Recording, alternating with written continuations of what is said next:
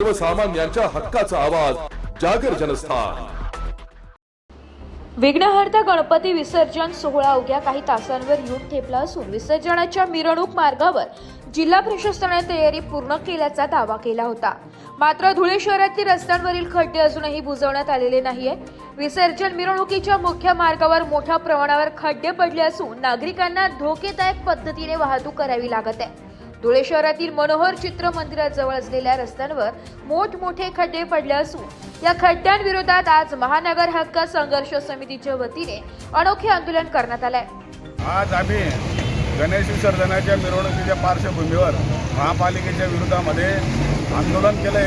एक अभिनव आंदोलन आज धुळे महानगर हक्क संघर्ष समितीच्या वतीने करण्यात आलं। कारण उद्या विसर्जन आहे, गणेश विसर्जन असल्यामुळे गणेश विसर्जनाच्या मार्गामध्ये सर्व मार्गांमध्ये खड्डे असल्यामुळे महापालिकेने अद्यापही ते बुजवलेले नाही। म्हणून हे आंदोलन आम्ही महानगर हक्क संघर्ष समितीच्या वतीने आयोजित केलं।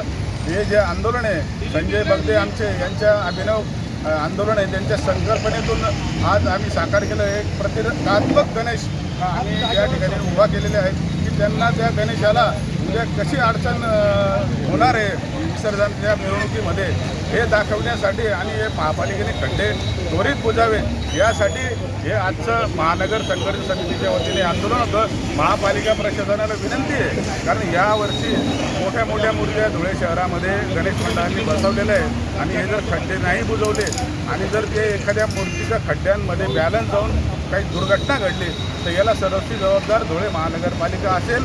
हे त्यांनी याची नोंद घ्यावी आणि अशी मोठी दुर्घटना घडली तर आम्ही संघर्ष समितीच्या वतीने महापालिकेविरोधामध्ये न्यायालयात जाऊ। जागर जनस्थानसाठी प्रतिनिधी रूपक बिरारी धुळे।